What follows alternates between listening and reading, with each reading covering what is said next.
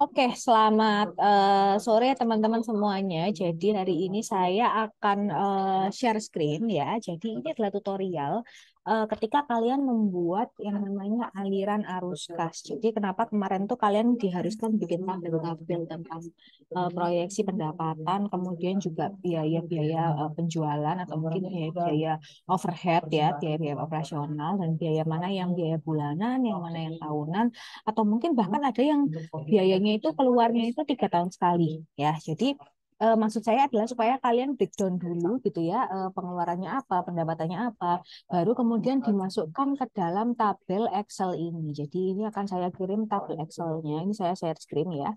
Oke. Nah, jadi kenapa sih kalian itu harus bikin tabel-tabel tersebut ya, yang mana ada operasional, kemudian ada biaya inventaris dan lain-lain gitu ya. Itu adalah tujuannya untuk kalian itu mencari yang namanya NPV ya, IRR sama payback period ya. NPV itu apa? Net present value ya. Kemudian IRR itu apa? Coba kita cari ini ya. IRR nanti kalian juga akan ketemu istilah-istilah baru ya, kayak discounted cash flow ya. Nah, IRR adalah internal rate of return. Jadi lebih kepada tingkat pengembalian ya. Jadi kalau NPV itu net present value, fungsinya adalah untuk memforecast ya. Kira-kira memforecast itu berarti meramalkan. Kira-kira uang kita itu ketika 5 tahun ke depan atau 10 tahun ke depan ya, itu sudah bernilai berapa gitu ya. Kemudian IRR berarti tingkat pengembalian ya. Tingkat efisiensi sebuah investasi. Apakah tingkat pengembaliannya tinggi ataukah rendah ya. Kemudian ada namanya payback period. Jadi payback period itu adalah uang kalian itu bisa kembali atau paling enggak menghasilkan keuntungan lah ya. Itu sudah tahun berapa gitu. Jadi kita itu mencari tiga nilai yang ada di sini dengan membreakdown biaya-biaya yang ada dan juga pemasukan ya, pemasukan cash in dan juga pengeluaran atau cash out gitu. Kalau misalkan di antara di atas ini ada yang salah, pasti NPV, IRR dan payback periodnya itu juga pasti salah gitu ya. Nah, ada namanya tabel aliran dana investasi ini tujuannya adalah supaya kita bisa jualan nih ke investor. Jadi kalau misalkan investor itu mereka kan nggak mungkin ya mereteli tabel-tabel yang kalian buat gitu ya. Jadi tabel-tabel itu sebenarnya lebih kepada membantu kalian untuk mengetahui sebenarnya biaya-biaya yang dibutuhkan itu berapa. Kemudian kalian tuh baru bisa payback period di tahun berapa. Meskipun kalian bisa juga pakai yang namanya asumsi ya, asumsi misalkan asumsi kira-kira omset naik sekian 2% gitu ya.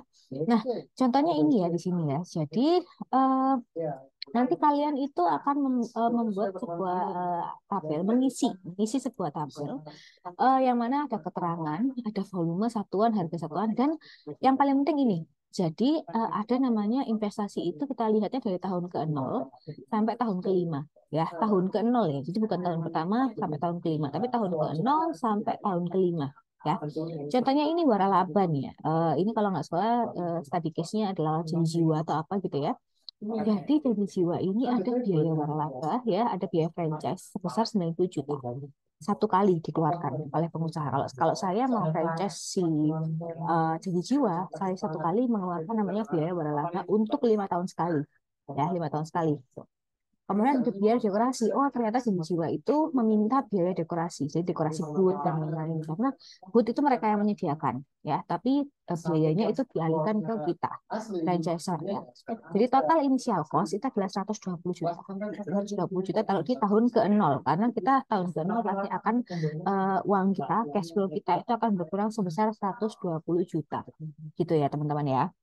Jadi nanti itu teman-teman masukin ini tuh ya kayak misalkan kalau kalian bangun rumah ya biaya pembangunan ya kan di sini ya nggak sih, atau biaya kantor misalkan kalian bikin kantor gitu ya, atau bahkan biaya alat ya nggak sih, biaya alat itu kan sering kali kayak misalkan biaya AC dan lain-lain ya, itu kalian masukkan di sini gitu. Terus kemudian juga kalau kalian punya kantor berarti ada biaya-biaya misalkan kalian pabrik ya, bikin pabrik. Berarti biaya konveyor ya itu dimasukkan di sini karena konveyor itu kan nggak mungkin dibeli setiap tahun ya. Konveyor itu kan biasanya dibeli satu kali selama 5 tahun atau bahkan satu kali selama 10 tahun gitu ya. Jadi biaya-biaya yang tidak dikeluarkan selama bulanan itu dimasukkan ke sini Kemudian kita bicara tentang yang kedua adalah operational cash flow. Ada cash in, ada cash out ya. Cash in adalah penerimaan penjualan. Proyeksinya kira-kira nih, ya asumsi yang masuk akal, tapi ya jangan yang nggak masuk akal nih. Jangan tiba-tiba kalian dengan PD-nya padahal harga barang kalian itu mahal, tapi kalian merasa selama sebulan itu penjualannya 500 gitu ya, 500 case atau 500 nota gitu. Jadi 500 kali berapa gitu ya, kali berapa rupiah gitu ya. Nah, penerimaan penjualan ini harus masuk akal gitu ya.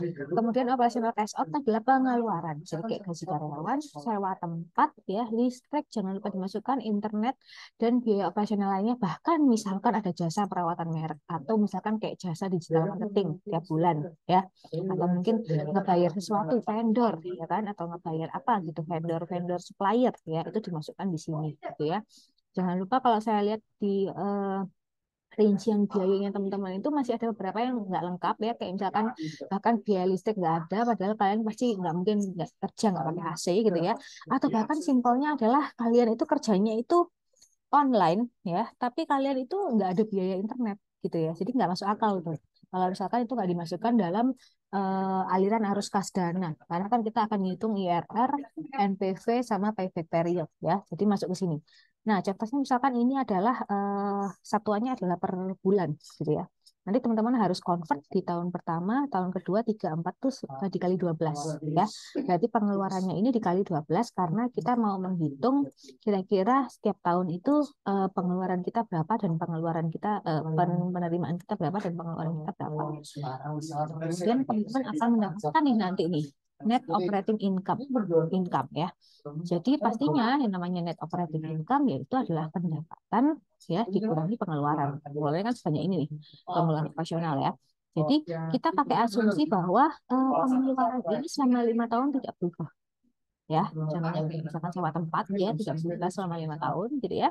Nah, berarti artinya net operating kita itu selama 5 tahun itu sama gitu. Nah, kemudian hati-hati nih, ini yang bagian bawah nih yang sering rawan salah gitu ya. Jadi kita itu namanya net cash flow. Di mana net cash flow itu kita masukin tahun ke-0 sebagai pengurang ya, di mana ini adalah biaya-biaya inventaris ya yang dikeluarkan di awal, kemudian tahun depan nggak dikeluarkan lagi. Nah, di tahun pertama itu baru kita kurangi lagi nih, kurangi lagi yang atas sama yang bawah, cash in sama cash out. Sama juga tahun kedua cash in sama cash out sama, ya kan? Nah, kemudian ada namanya discount factor. Discount factor ini kalau di dalam dunia industri kita pakai marnya 12%. Discount factor ini apa sih? Jadi kalau di bank ya eh, MARR sebesar 12% atau sebesar berapa persen pun ya, itu dikenal dengan contohnya bank. Bank itu kalau menawarkan deposito pasti, oh deposito ini bunganya 8%. Atau bahkan reksadana ini ya, kira-kira estimasinya itu diskonnya. Kira-kira estimasinya itu adalah rate-nya atau bunganya itu sekian. Atau kalau enggak, oh mendingan buka tabungan di bank Jatim Syariah aja daripada di bank BNI, karena di bank Jatim Syariah bunganya sebesar 12%. Jadi MAR itu adalah bunga atau persentase yang bisa diberikan si wirausahanya, si entrepreneurnya kepada si investor. Nah, biasanya dunia bisnis itu memberikan asumsi sebesar 12% gitu. Kenapa? Karena 12% ini dinilai lebih valid angkanya dibandingkan kalau kita pakai 20% setara dengan kenaikan omset harga emas gitu ya. Kalau emas itu kan nilai pengembaliannya lebih tinggi gitu ya dibandingkan dengan deposito. Kan deposito aja sekarang itu kan 4% ya. 4% itu di bank swasta. Apalagi kalau misalkan tabungan itu malah kecil banget, 0, sekian gitu kan ya. Jadi pengusaha itu pasti mikir kayak gini, kalau misalkan saya itu punya duit 100 juta ya, mendingan saya invest ke pengusaha kecil atau mendingan saya masukin ke bank gitu ya. Jadi dia akan lihat nih, apakah si pengusaha bisa kasih saya MARR yang tinggi atau mendingan saya ke bank aja, saya tinggal tidur ya, uangnya itu berbunga sendiri gitu. Jadi artinya kenapa MARR itu 12% lebih tinggi dibandingkan rate harga bunga di bank ya, karena kalau kita bicara industri itu punya tren ya, punya fluktuatif ya, naik turun gitu ya, sehingga mendapatkan angka 12% itu masih masih sangat visible ya, daripada si pengusaha itu mengharapkan bunga sebesar 12% di saham ya, atau di apa stok gitu ya, di stok Bitmain, di Dana, tapi mereka masih harus berpikir, masih harus mikir-mikir, masih setiap hari harus ketar-ketir gitu, saham gue naik apa turun ya gitu ya. Makanya kenapa diskon factor atau 12% itu 12% itu biasanya dipakai untuk di dunia industri. Mungkin sambil kita lihat contohnya ya, kita bilang kita cari tahu secara definisi MAR adalah, jadi MAR itu adalah minimum attractive rate of return. Jadi MAR adalah suatu tingkat bunga yang digunakan untuk acuan dalam pengambilan keputusan suatu proyek ya. Jadi MARR itu tidak hanya dalam sebuah analisa bisnis, tapi bahkan juga analisa proyek gitu. MARR adalah laju pengembalian minimum dari suatu investasi yang berani dilakukan oleh seorang investor. Jadi sama dengan bunga gitu ya. Bahasanya kalau bahasa awam di perbankan namanya bunga. Oke, kita sudah dapat nilai diskon nilai MAR 12%. Nah, kemudian kita nyari nih namanya diskon factor. Nah, kita cari lagi nih. Kita cari nih. Secara definitif, diskon factor itu apa? Diskon factor adalah diskonto atau bilangan kurang dari satu yang dipakai untuk mengalihkan suatu jumlah nilai di masa yang akan datang, future value, supaya menjadi nilai sekarang, present value. Maka didapat dari nilai sewa properti ini contohnya, gitu ya. Cara menentukan diskon factor. Ini ada rumusnya ya teman-teman ya, diskon factor ya. Dan di dalam worksheet ini teman-teman juga ada ininya, ada rumusnya. Tapi balik lagi seperti yang saya jelaskan ke teman-teman yang sudah responsif, bahwa yang terpenting itu bukan input angka ya, tapi memahami yang dimaksud diskon factor itu apa dan implikasi nilainya terhadap industri kalian ya.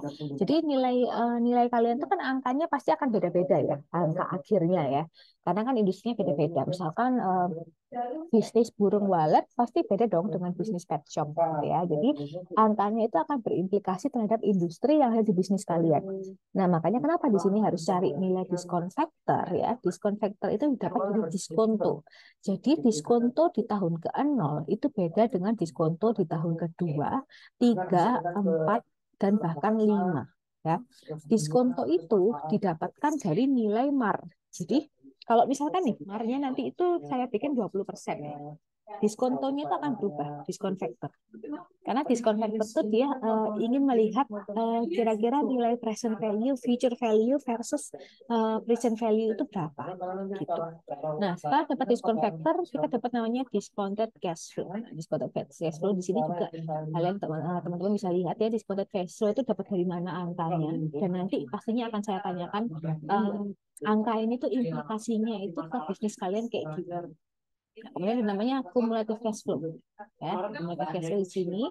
Nah, kemudian nanti kalian masukkan nilai-nilai ini di NPV, FR, dan dari sini aja udah ketahuan sebenarnya payback periodnya berapa. Jadi kalau misalkan kalian udah selesai ngitung cumulative cash flow, teman-teman akan tahu payback periodnya di tahun berapa. Bahkan dengan angka contohnya ini nih, tahun ke-6 dia masih ngeluarin dia masih ngeluarin 120 juta. Tahun kedua dia masih rugi 29 juta defisit ya. Tahun ketiga itu sudah mulai ada pemasukan 51 juta. Jadi sudah mulai ada pemasukan tuh maksudnya gini. Cash in sama cash out-nya itu sudah oke. Jadi pengeluaran itu bisa dihandle dengan adanya pemasukan gitu. Jadi biaya operasional itu sudah mulai ditutup dengan penerimaan. Nah, akhirnya baru dia untung di tahun ke berapa ini? Tahun ketiga ya. Tahun ketiga sudah 123, which is 123 itu lebih tinggi dibandingkan nilainya, angkanya lebih tinggi dibandingkan dia ketika dia ngeluarin modal awal ya, modal awal untuk biaya inventaris. Sampai ternyata di tahun kelima, oh dia itu ternyata bisa menghasilkan 245 juta ya. Berarti bisnisnya ini bagus ya, artinya bisnisnya ini sesuai ya, dan sangat-sangat capable untuk dimasukkan menjadi salah satu bisnis yang layak untuk diinvestasi gitu ya. Jadi enggak, saya stop sharing dulu. Nah, jadi untuk perhitungan ini teman-teman nanti masukkan ke dalam ini ya, apa namanya, laporan ya, proposal bisnis ya. Kemudian nanti ketika terakhir kalian FP, kita akan responsi dulu. Kemudian ketika kalian FP nanti pastinya saya akan tanya jawab ya tentang implikasi angka-angka tersebut ya. Jadi jangan sampai kalian cuma masukin doang tapi nggak tahu artinya apa, maksudnya apa. Itu jangan sampai kayak gitu ya teman-teman ya. Soalnya nanti akan berpengaruh ke skor penilaian kalian. Jadi saya sarankan kalian memahami industri yang kalian pegang masing-masing gitu. Terus jangan lupa juga masukin BMC sama LMC ya, Business Model Canvas dan Lean Model Canvas yang kalian pilih. Jadi kalian pilihnya apa tuh, BMC atau LMC gitu ya.